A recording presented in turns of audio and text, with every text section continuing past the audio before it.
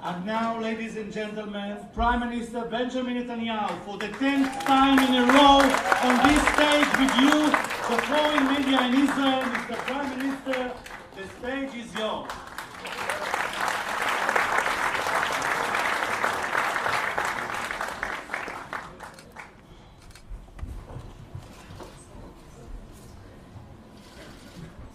Hard to talk after this. This is an international day recognizing disabilities. Really what you want to recognize, what Shalva recognizes, is that each human being has a soul. A soul. A shema. And it's so evident.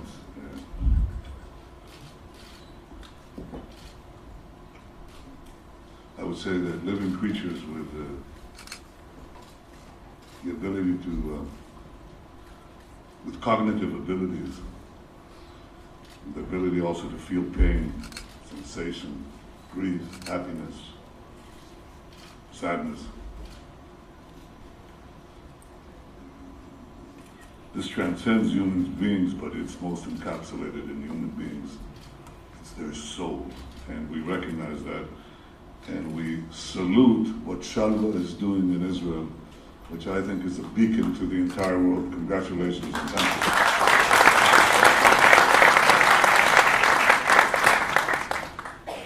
you. This goes to the fundamental concept developed in this land, which was a complete departure from anything that existed in the ancient world. And that is that all human beings are created in the image of God. There was an innate equality. This is the basic Jewish idea that promoted the birth and the growth of our civilization. It's still contested. There are many forces that contest this idea. We have to contend with them.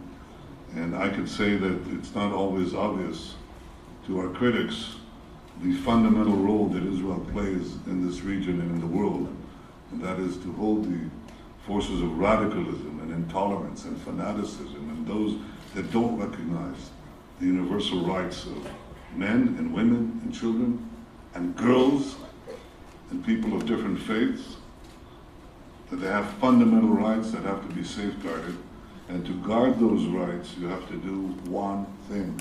You have to be prepared to defend them. And if you don't defend them, you will lose them. If history teaches us anything, it teaches us that. What you see here in Shalva and what you see in Israel is the belief, the deep belief in this, even though we must fight not only physical attacks, but also the attacks of slander and vilification. This is something that has accompanied our people for many, many centuries. If you ask today, can the whole world be wrong in attacking Israel? Well, first I have news for you. The whole world is not attacking Israel. Do we have a slide? Is there a slide here? No? Yeah, show a slide. We just did these tests, these pollings. First, before you do that. Ah, okay. That's changing. A few years ago it was 0. Minus. That's changing. In the Arab world, in the Muslim world right now, there's growth. We've since taken another poll, it's higher, it's growing by month. More and more countries, I'm talking about the Muslim countries, the Arab countries, they recognize the value of Israel, they recognize the importance of being with us, and we see it everywhere. We see it in Asia, we see it in Africa, we see it in South America, Latin America, of course in North America, in Western Europe, and in fact, Western Europe may be the place where we have the most problems. We'll talk about that. I'm very happy to see you, very happy to be with you, both with the Shalva Center and Mr. Samuels, Rabbi Samuels, with my friend Daniel Hershkovitz, who's the Civil Commissioner. Is that how you call Nitziv Shirut HaMedina?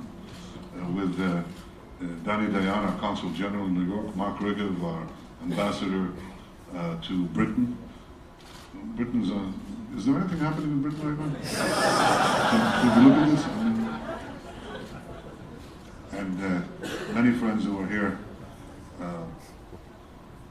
I mean everything that I say. I think Israel is a beacon of civilization and progress, and we have to fight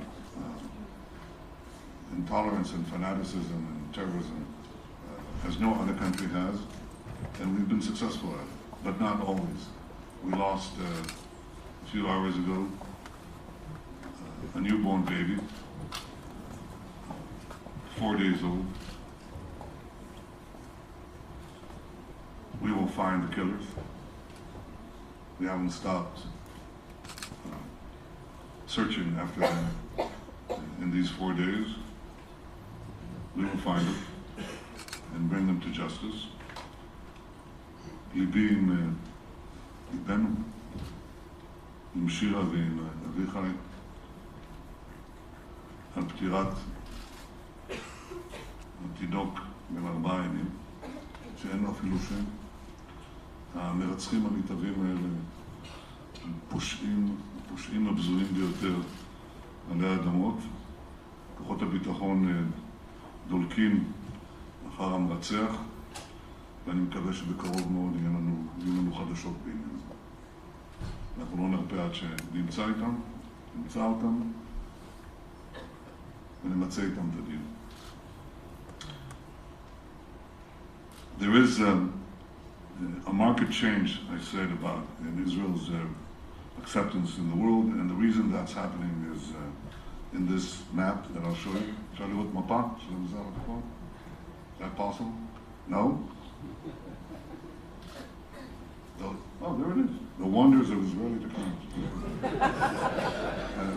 Iran is trying to establish an empire, a land empire from Iran, Iraq, Syria, and Lebanon, and to send its tentacles to Yemen, eventually conquer the Middle East, and from there go on to a worldwide domination, which they have. It's a warped conception, but it animates their levels. Can you show Mr. Jaffrey's quote? Ali Jaffrey, commander of the Islamic Revolutionary Guard Corps in Iran, we are on the path that leads to the rule of Islam worldwide. This is not a cleric. This is not a mullah. This is not an ayatollah. This is a general, for God's sake. This is their mission. The rule of Islam, their Islam worldwide. If you happen to be a Muslim who doesn't share their view, it's too bad for you, because the ones they kill most and the ones they subjugate most or first, of course, are the Muslims in their own country, the Muslims in the Arab lands, and of course we are non-Arab and non-Muslims and non-Iranians, and that is a particular fate is reserved for us. They openly call for our destruction. They will not achieve that goal. We are in the process of rolling back Iran's aggression, first by rolling back Iran's planned acquisition of development of nuclear weapons. How many people believe that Iran is not truthful about its plans to find nuclear weapons, to develop nuclear weapons? Well, you don't have to answer that. Here's the answer from the world. Yeah. Middle East, 43% say they don't believe Iran has stopped developing its military capabilities and mass destruction capabilities. What a jargon, nuclear weapons, that's what it means. Europe, majority. Africa, majority. Europe, old Europe, same. North America, Eurasia, Latin America, Asia and Pacific. We'll have to do something about Asia and Pacific. They want to develop nuclear weapons. They openly say that their goal is the destruction of Israel. We are fighting that nuclear deal. I had to fight it against all the powers in the world, but I'm glad to see that this has changed, and I think we're able to stop this. So this is the first thing. Go back to the map, please. The second thing is that's the unconventional threat that they pose to us in the world, for which they're developing ballistic missiles. They don't need ballistic missiles to hit Israel. They need ballistic missiles to hit Europe, the United States, or anywhere else. The second thing is that we're stopping their attempts to have a continuity of land empire by preventing them from entrenching themselves militarily in Syria. We're stopping that. And of course, the extension of that is they're preventing their proxy, Hezbollah in Lebanon, from attacking us. And through terror tunnels, through precision-guided missiles, we're in the midst of doing that. Hezbollah, Iran's proxy, main proxy, has been digging these terror tunnels into Israel. We are neutralizing that. That's a clear act of aggression. It is being done in Lebanon, from Lebanon, with no protest from the government of Lebanon. And we hold them accountable for any aggression that is perpetrated against us from their territory. I hope, I believe, that Hezbollah will not make the terrible mistake of attacking Israel or trying to interfere with our legitimate actions to neutralize these tunnels. If they will suffer much pain and quickly. And I think they're smart enough not to try us. This is vis-a-vis that boundary, but we have a larger outcome, which I think you're all familiar with, and that is that because of the twin threats of Iran and Daesh, we've been fighting Daesh, and Israel has supplied unmatched intelligence about 40 major terrorist attacks that we have prevented, that have threatened the entire world. This is a plane bound from Sydney to Abu Dhabi. Daesh planned to bring it down, exploded in air. We gave the intelligence to the Australian police, and they stopped it. There are about 40 other such attacks, some on the ground, many in the air, most on the ground, which we've stopped in virtually all continents. So Israel is helping keep the world safe from terrorism, from Iranian aggression, from Daesh terrorism, from many other threats. This is something that we believe is a particular service that we do. But what it has done is also bring the Arab countries closer to Israel. Can you show that for a second? The map. Hello? Map. Ah, good. There's the map. So we're blocking it here, but obviously this has created a new relationship between Israel and the Arab world. Some of it is coming to the open. For example, my recent visit to Oman. It was a very moving visit with the Sultan of Oman. The last time there was such a visit was with Prime Minister Rabin 22 years ago. That was in the aftermath of Oslo, and it was logical, but it didn't last long because Palestinian terrorism exploded here in many explosions. And under the Labour governments, they discontinued these contacts, and they've been recontinued now. They've been restarted because the Arab countries understand exactly what I'm telling you now, that Israel is not their enemy, but is their indispensable partner for countering this radicalism, this terrorism that threatens them as much as us. That's happening in Gulf states, other Gulf states as well. We've seen publicly recent visits, direct flights from Israel to India over Saudi airspace. That's new. There it is. Israelis are flying every day over the airspace of Saudi Arabia. Unimaginable a few years ago. Unimaginable 2 years ago. And I hope soon we'll have also Israeli carriers. It's a question of time. Equally, visits to Abu Dhabi. Can you show that? Israel is a judo power too. You familiar with that?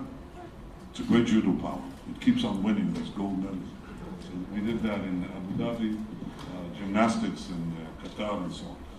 And that is the fruits of Iranian aggression are bitter, but also sweet. This is one of them. But there are other reasons the Arab countries are interested in relations with Israel, and countries in the Muslim world, in Africa, for example, the president of Chad, who recently was here, and is going to renew relations. The reason they're interested in that is because they want also our civilian technology in anything, in health, in water management, in IT, in agriculture. Our technology encompasses just about everything. And they want to have the benefit to develop their own countries with this technology. So the story that is taking place here, the new story is this. Israel is a world force in countering radical Islam. The Arabs get it, the Muslims get it, and they're coming closer to us. Israel is a world force in global technology. Everybody gets that. Everybody, without exception. Can you show the map of our agreements in 2017? These are agreements or treaties that we signed in 1 year. 1 year. Okay? Small countries here. China, Russia, India, Japan. Japan. I went to Japan a few years ago, 4 years ago. Prime Minister Abe came here. We had two visits for both of us. Now, do you know how much Japanese investment has gone up in Israel in these few years? I guess? Anyone? 5 times? 5 times? No, 44 times. Tells you something. China designated Israel as one of the 2 countries with whom they have a special relationship on innovation. India, our trade is bursting through the seams. Muslim countries like Kazakhstan, Azerbaijan, and so on. In Africa, I've been to 3 times in 18 months. And I'll probably be going again to Chad. Latin America, first time that an Israeli prime minister visited any country south of Texas. Can you believe that? In 70 years? Wow, that's changing. I'll be going to Brazil soon, because Brazil is also joining, I think, reforming its relationship. That's good. That's another 200 million people. But the same is happening throughout the world. It's too, it would be too long to enumerate all these things, but these changes are happening because Israel has 2 great powers. One is immense intelligence and security capabilities, which all the world needs in order to fight terrorism that is global. And the second thing is civilian technology that is changing the world, everything. Every single thing is being changed. If you want to see that, can you show the 10 companies? That's it, end of lecture quickly. This is the 10 leading companies in 2007, and this is the 10 companies in 2017. 1, 2, 3, 4, 5 energy companies led the list just 10 years ago, and 1 IT was there. In 2017, all the energy companies are gone. They don't lead the list because the new oil, the new gold, the new minerals, or the minerals of the mine, the products of the mine.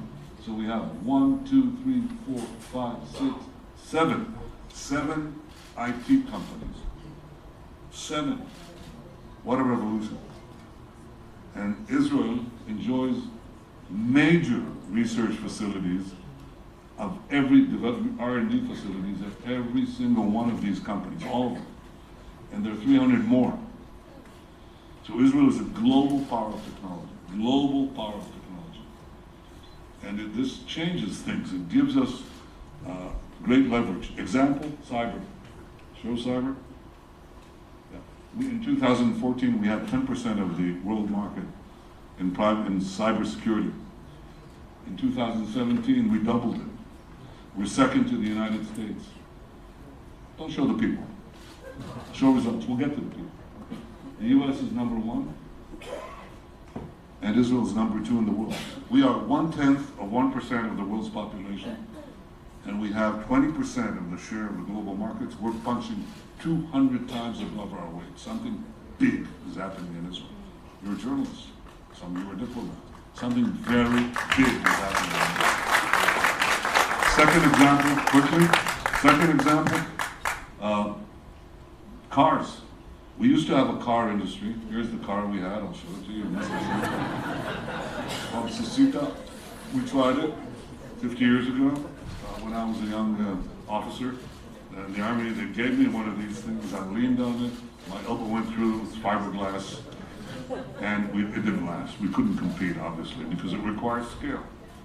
And we are a very tiny market, tiny producers. Now, a car is basically a computer on wheels. 85% of the cost of a car is software. Okay? So This is changed, obviously. Now we can compete. We have 500 companies in a decade, 500 companies in that time span between that list that I showed you and today, 500 companies that receive billions of dollars of investment for things like Waze. Do you use Waze? Yeah, that's an Israeli company that was sold to Google for nothing, $1 billion, because it's worth 30, 40 times that now. This is, they did better Mobileye. That's a company not very far from here. Should go see it. It's the most advanced country and company in autonomous driving. And it was sold to Intel for 15 billion. So we now have a car industry, the real car industry.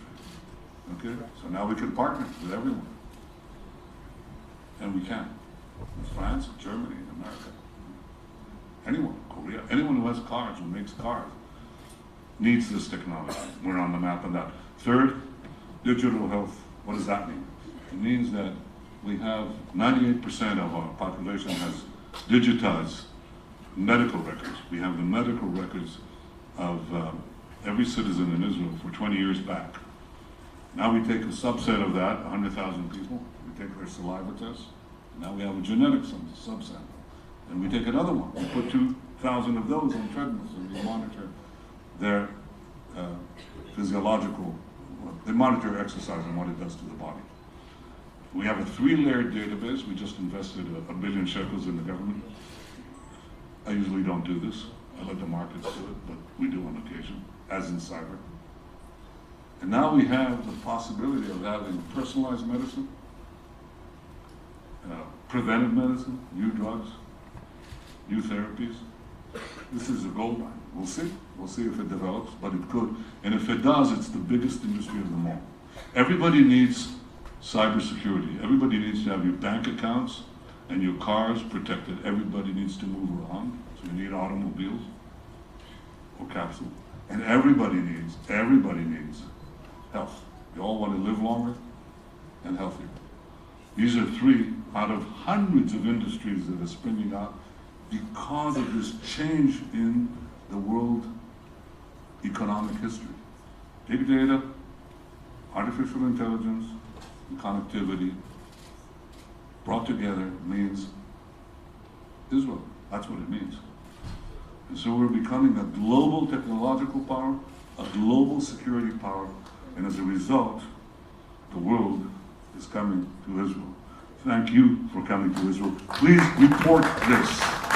Tell your audiences, your readers, your viewers, your listeners, this extraordinary adventure that is happening here. Yes, we'll talk about the Palestinians. Now ask me about that. This is an extraordinary story. Don't miss it. Don't lose out. It's big. And your people are interested in it. Ask me now. Anything you want. Go ahead. Thank you. Mr. Netanyahu will be happy to take a few questions. Where is the Terry from Fox News? Right here. Okay, please. Thank you, sir. Where are you? Raise your hand. Right here. Yeah. Thank you, sir. Trey Yates with Fox News. It's clear what the Israeli policy is for attacking Iranian proxies in places like Lebanon, Syria, and Gaza. My question for you today, Mr. Prime Minister, what is the Israeli red line for engaging Iran militarily within its own borders? Within our borders or their borders? Within Iran's own borders. Well, let me put it this way. Less than a year ago, we went in and took the crown jewels from the Tower of London in Tehran. You know what that is? Iran had a secret atomic archive in which they stashed the material that they amassed in a secret nuclear program. And instead of destroying this material when they said that they stopped, they stashed it so that when the time is right, they could come back and reveal. That's where it was. It was in a warehouse, an innocent-looking warehouse, and we found 55,000 pages in these files and 50,000 additional CDs. We found everything. What we found is a plan to. Their goal which they said quite openly was to produce 5 atomic warheads, whatever it is. This is a page from the file. Design, produce, and test 5 warheads, each with 10 kiloton TNT yield for an integration on a missile. The missile, of course, wasn't covered in the agreement either. I mean, they cheated by not coming clean on this to the IAEA, the International Atomic Energy Agency. That was a premise of carrying out the Iran deal. They didn't tell us. And then, of course, the ballistic missiles weren't covered in the deal, and they were ready to do this. So we went into Tehran and took it out. Did you see Argo, the movie? Yeah, this is Argo to the nth degree, okay? But we got this stuff out. And so, our red line is our survival. The answer to your question is our red line is our survival. We do what is necessary to protect the state of Israel against the Iranian regime that openly calls for the annihilation of the Jewish state. So you are not ruling out engaging Iran within its own borders? Well, I'm not ruling out doing anything that we need to do to defend ourselves. For the moment, Israel is the only, Israel's military is the only military in the world that is directly engaging Iranian forces. We're doing that in Syria and pulling them back, because what they want to do is bring their army, right here, 1,500 kilometers from Iran to our border, bring in missiles from 400 to 700 kilometers, which covers all of Israel, bring in 80,000 Shiite militias with the express purpose of destroying us. And my policy has been, we're going to stop you. We're going to stop things, bad things, when they're small. So we meet Iran head on in Syria, and if we need to, we'll do whatever else we need to do to protect ourselves, as you would too. Thank you. Sarah from BBC, please. Hi, Sarah Hoffman, BBC News. Where are you, Sam? I'm over here. But Prime Minister, how worried are you about any decision on corruption charges that may come from the Attorney General? And how does this affect your political calculations about calling an election? I believe nothing will come of it because there's nothing in it. And it doesn't affect my support, because people believe what I just said, and they also believe that we're doing the right things for the country, economically, militarily, diplomatically. They see what's going on. You can see it. You drive around. You can see the roads, the highways that are built. You can see the prosperity and the construction. And this is in the heart of the Middle East, which is the most volcanic region in the world, politically and in terms of security. Israel is like an island of progress. Not that we don't have challenges, we do, we just spoke about it. But people can appreciate it, and I think, I believe nothing will come out of it. And I believe the Israeli public will also express that when the time comes. Last question, Jochen from Frankfurt, Germany. Thank you. Thank you, I'm here. My name is Jochen Stanke from the Frankfurter Allgemeine Zeitung. Mr. Prime Minister, Chancellor Angela Merkel received a paper from your government with the demand that the German government reconsider its funding for the Jewish Museum in Berlin. Why? Does the work of the Jewish Museum in Berlin harm Israel's I don't remember security that and- particular item. I do remember that I spoke to her about the fact that Germany and the EU fund NGOs that openly call for boycotting Israel, prosecuting our soldiers who hold the highest moral standards of any army in the world as a war criminal, or supporting terrorist organizations, Palestinian terrorist organizations that masquerade as human rights organizations. For example, one of them, which I pointed out, I think, to the leaders of Denmark, and I think I mentioned it to Angela Merkel too, supports the Dalal Mughrabi Foundation. Dalal Mughrabi was a Palestinian terrorist, a woman, who murdered 39 Israelis on a bus near Tel Aviv, including little children and babies.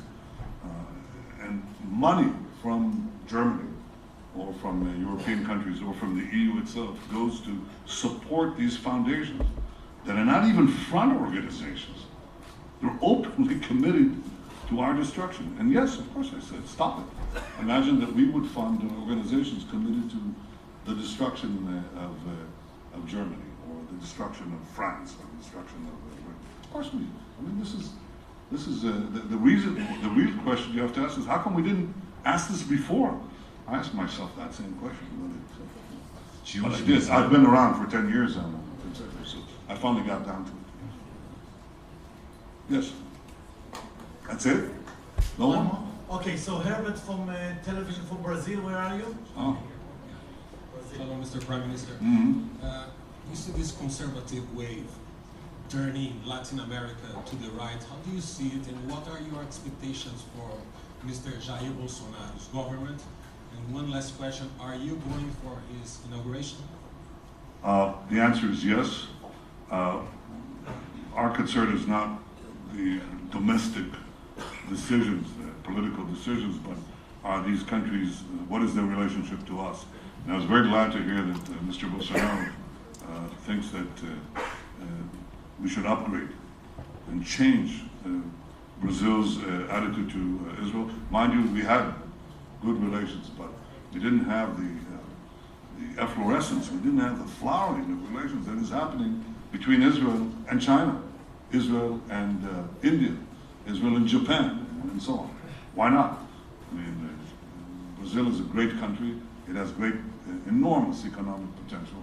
And I think that this will be a tremendous benefit for both our countries. He's also said something I very much like. He said he's going to recognize Jerusalem as Israel's capital, which I think has been around, it's only been for 3,000 years. And he also said that he would move the embassy.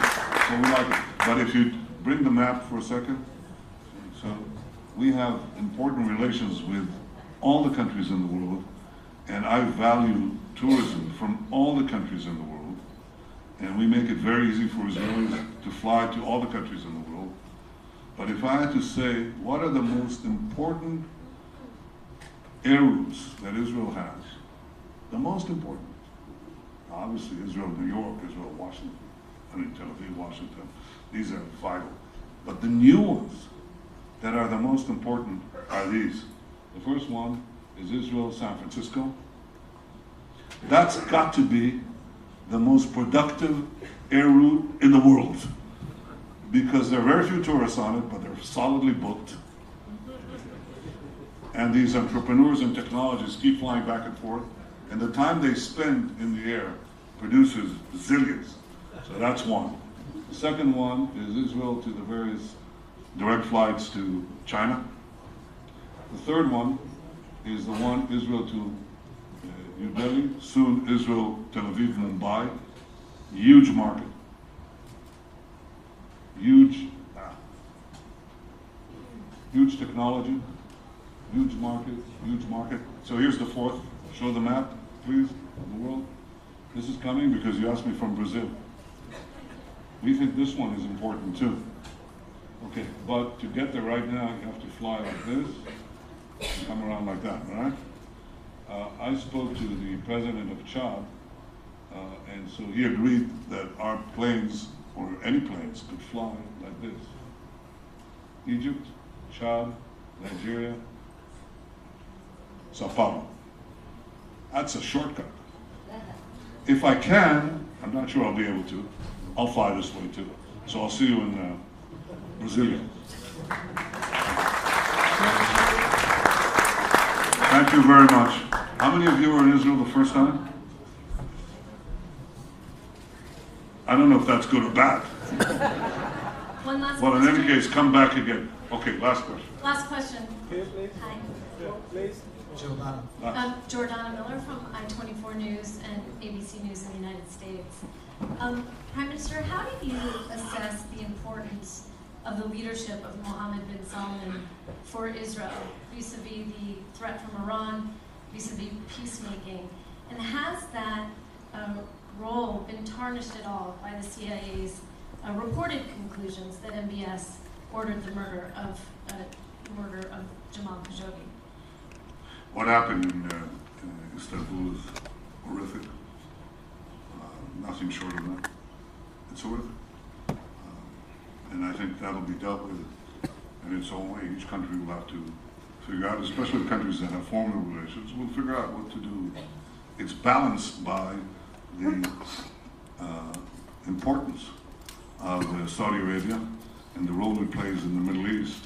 Because if Saudi Arabia were to be destabilized, the world would be destabilized. Not the Middle East, the world would be destabilized. And I think that has to be taken into account. There's a balance. I find it, I think this is a reasonable and important question to be considered in democracies.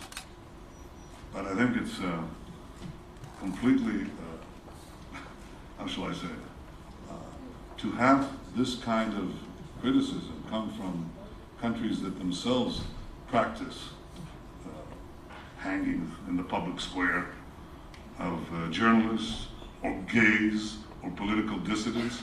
About 1,500 are executed in Iran each year. To have Iran lecture us on this is absurd. And also people should ask the question, what is the universal standard that is applied here? Now, we have always a tension between the most basic human rights, the right to life, the right of a free press to practice, which is guaranteed in Israel. You know, I have, for example, a wonderful relationship with the press. It's tremendous. But, you know, there's a big but, you know. So what? Let them say what they want, write what they want, broadcast what they want. It's part of life, okay? But it's fine. It's part of a free life in a free country. But we also know that the other side is also realpolitik, and I don't deny it. I openly say it. There's a balance there. There's always a balance. But to have the criticism emanate from dictatorial theocracies, thugocracies, that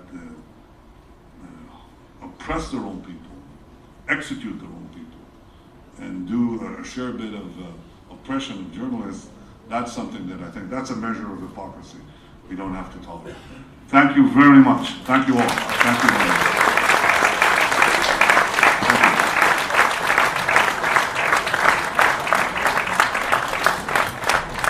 Please remain seated when the Prime Minister exits the room.